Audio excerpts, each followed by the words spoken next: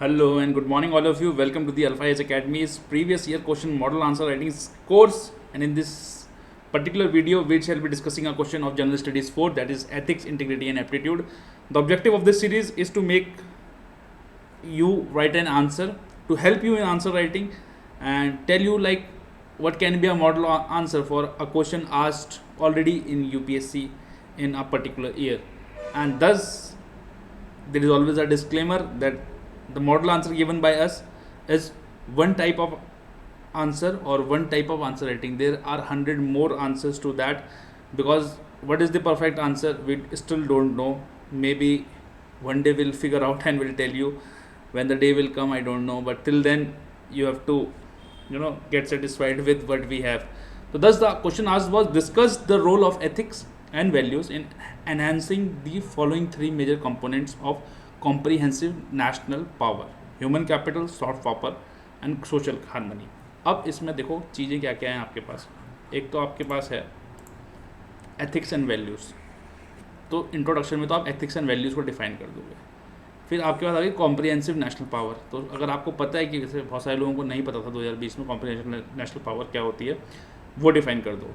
फिर comprehensive national power के component तो ये ऑटोमेटिकली होते हैं, तो एक डायग्राम आपने ऐसे बना दिया: human capital, soft power and social harmony. अब एथिक्स एंड वैल्यूज़ इनको कैसे हेल्प करेंगे डेवलप करने में किसी भी सोसाइटी में, ऑब्जेक्टिव ऑफ द आंसर वो है. तो 2020 में ये क्वेश्चन पूछा गया था. तो इंट्रोडक्शन में मैंने आपको बता दी कि एथिक्स एंड वैल्यूज़ को एग्जांपल्स के साथ आप लिख सकते हैं, डाटा दे सकते हैं, वो आपकी मर्जी है. कॉन्सेप्ट ऑफ सीएनपी बता सकते हैं, और सीएनपी के जो मेजर कंपोनेंट्स हैं इन तीनों को समझा सकते हैं. कंक्लूजन में आप इंपॉर्टेंस ऑफ सीएनपी हाईलाइट कर सकते हैं फॉर नेशनल डेवलपमेंट. तो हमने मॉडल आंसर बनाया. तो एथिक्स की हमने डेफिनेशन दे दी. तो ethics is about the quality of human character and conduct with an aim to achieve the summum bonum. Summum bonum मतलब होता है द हाईएस्ट गुड, जो सबसे बड़ा गुड है. वो क्या है वो किसी को नहीं पता, बट है कुछ. By applying reasoning and rational thinking in day to day behaviour. ठीक है. फिर हमने वैल्यूज़ को डिफाइन कर दिया. Values are standards of conduct. Morality and ethics are based on this standards of conduct. It means values are the basis to both moral and ethical standards. कुछ और definition भी हो सकती है, क्योंकि वैल्यूज़ और एथिक्स के दोनों की अलग अलग डेफिनेशन है. अब आप आ जाओगे कॉम्प्रिहेंसिव नेशनल पावर क्या होता है. तो एक्चुअली कॉम्प्रिहेंसिव नेशनल पावर का मतलब होता है कि आपकी एबिलिटी, आपकी कितनी एबिलिटी है to mobilise and utilise strategic resources of country to realise national objectives. जितने भी स्ट्रैटेजिक रिसोर्सेज हैं उसको आप कैसे यूटिलाइज कर सकते हैं, जो आपके नेशनल ऑब्जेक्टिव्स हैं, कितनी आपके पास एबिलिटी है उसको यूज़ करने की, उसको बोल दिया उन्होंने कॉम्प्रिहेंसिव नेशनल पावर. अब उसको उन्होंने दो टाइप में डिवाइड कर दिया, सॉफ्ट एंड हार्ड. आपको सिर्फ सॉफ्ट वाले की बात करनी है.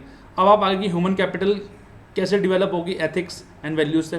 तो आपने बोल दिया भैया देखो, जो सोसाइटी है जब आप उसमें ethical and value based behaviour लाएंगे तो उसमें एक कल्चर ऑफ ट्रस्ट डेवलप होगा, कमिटमेंट आएगा, कम्युनिटी पार्टिसिपेशन बढ़ेगा, जिससे एक टाइप का एटीट्यूड डेवलप हो जाएगा सोसाइटी में. एंड लोगों को ये लगने लगेगा कि या हम भी रिस्पॉन्सिबल हैं and each one of its is responsible and all should be held accountable. तो आपकी क्या हो गई, ह्यूमन कैपिटल जनरेट हो गई. ठीक है. अब एक हमने डायग्राम बना दिया. फिर ethics and values role in human capital हमने दिखाया कैसे. तो क्या करता है कि it develops integrity among the people. जैसे उससे क्या हो सकता है कि एथिकल गवर्नेंस प्रमोट होती है. देन हमने दिखाया कि value based leadership to take innovative and progressive decision. जैसे हमने टी.एन. सेशन जी को दे दिया, नाम ले लिया. बहुत अच्छे चीफ इलेक्शन कमिश्नर थे. बहुत ज़्यादा जब इलेक्शन कमीशन में जो मैक्सिमम रिफॉर्म्स आज आप देखते हैं वो टी.एन. सेशन जी की ही देन है. Then develops committed institution to tackle issues. ठीक है. देन हमने बात की कि एथिक्स एंड वैल्यूज सॉफ्टवेयर से कैसे रिलेटेड है और कैसे प्रमोट करेंगे. तो हमने बोला कि जब कोई भी सोसाइटी एथिकल या वैल्यू बेस्ड होगी तो उसके अंदर कुछ परसुएसिव एंड क्रेडिबल अप्रोच आएगी. भाई आप सही बंदे, भाई एथिक्स क्या है, सही होने की बात तो करता है. जब आप सही होंगे तो आपकी क्रेडिबिलिटी बढ़ जाती है कि यार ये बंदा सही है. ठीक है. यार ये ना बेईमान नहीं है. ठीक है. इसके सामने 100 रुपये पड़े थे तब भी इसने उठाए नहीं उठाए, या इसके सामने किसी के सामने 100 रुपये गिर गए थे उसने वापस किए. तो आपकी क्या होगी, क्रेडिबिलिटी बढ़ गई. आप कहते हैं एथिकल थे. आपकी जब आप क्रेडिबल बनेंगे तो ऑटोमेटिकली आपकी परसुएसिव वैल्यू बढ़ जाएगी. उसको आप यूज़ कर सकते हैं कि इसमें अपनी जो इकोनॉमिक पॉलिसीज़ हैं या जो अपने आइडियाज़ हैं इंटरनेशनल या ग्लोबल फोरम पे बनाने के लिए, और उससे क्या कर सकते हैं, अपॉर्चुनिटीज़ बढ़ा सकते हैं for culture influence and exchange. ठीक है. इसमें आप एग्जांपल्स भी दे सकते हैं. देन आप यही होगा कि ये भी आपको हेल्प करेगा global challenges and avoid coercive diplomacy. ठीक है. जैसे आप climate change, to avoid war, to combat pandemic. भाई पैंडेमिक में क्या था, पूरी दुनिया एक साथ आके लड़ी, तभी तो हम पैंडेमिक को, ठीक है, आज हो सकता है पूरा ना हरा पाए हूँ, लेकिन 90-95% हमने हरा दिया है। आज हम घर से बाहर निकल पा रहे हैं, जिंदा निकल पा रहे हैं। तो ये क्या था, ये ग्लोबल एफर्ट था, ठीक है। हम लोग तो वैसे भी सॉफ्ट पावर में बिलीव करते हैं, हम लोग कल्चर वैल्यूज़ में बिलीव करते हैं, कल्चरल एक्सचेंजेस में बिलीव करते हैं, ठीक है। तो लेकिन आइडिया क्या होना चाहिए कि you should secure your national interest without compromising others interest, ठीक है। तो आपको जो है नेशनल इंटरेस्ट अपना बचा के रखना है विदाउट कंप्रोमाइजिंग अदर्स इंटरेस्ट। तो इसमें हमारी जो फिलॉसफी है वसुदेव कुटुंबकम की, वसुदेव कुटुंबकम क्या कहता है, the world is one family, ठीक है। आप तो वसुदेव कुटुंबकम क्या कहता है कि the world is one family, तो इसको आप यूज़ करते हैं तो एग्जामिनर खुश, ठीक है। देन आप हिस्टोरिकल एग्जांपल दे सकते हो कि जैसे गांधी जी ने कैसे concept of non violent non cooperation अपनाया। फिर 1960 में जब हिप्पी मूवमेंट हुई वेस्ट की, तो लोग अट्रैक्ट होने लगे yoga, meditation, Indian classical music, Indian spirituality के प्रति। आज जो कि उसका गलत जो थ्रेड है वो पकड़ लिया गया है, लेकिन जब हिप्पी मूवमेंट 1960 में स्टार्ट हुई थी तो इंडिया ने जो है ग्लोबल फॉर्म पे बहुत सारी चीज़ें दी थी। देन सोशल हार्मनी कैसे डेवलप होगी, भाई एथिकल एंड पॉजिटिव वैल्यूज़ होंगी तो सोसाइटी में एक सोशल रिस्पॉन्सिबिलिटी आएगी।